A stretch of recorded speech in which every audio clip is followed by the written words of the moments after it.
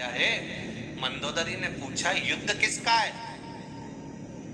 किसका युद्ध है? भीम कहते मेरे जैसे शूरवीरों का युद्ध है, मेरे जैसे वीरों का, जो एक गदा के बल पर सबको मसल सकता है।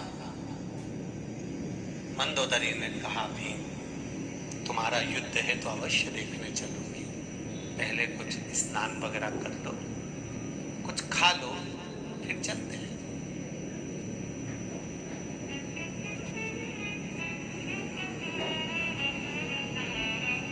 पूरी लंका में विभीषण को ज्ञान देने वाली, रावण को ज्ञान देने वाली, मेघनाथ को ज्ञान देने वाली, अक्षय को ज्ञान देने वाली,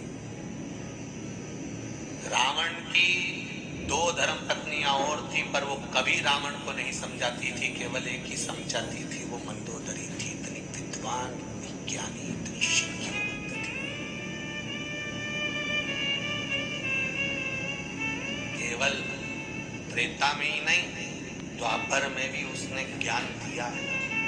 भीम भोजन कर लो, स्नान कर लो, फिर अपन चलते। भीम ने कहा ठीक है, कहाँ जाऊं स्नान करने? कहीं कर, जहां तुम्हारा मन पड़े वहां चले जाओ। भीम गए नहाने के लिए, पूछा यहाँ कोई तालाब सरोवर है?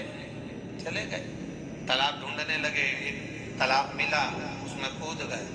कूदे,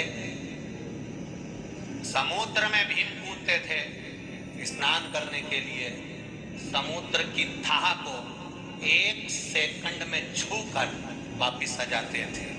एक तालाब में भीम कूदे, निकलने में 3 दिन निकले। 3 दिन लगे भीम को उस तालाब में से निकलने।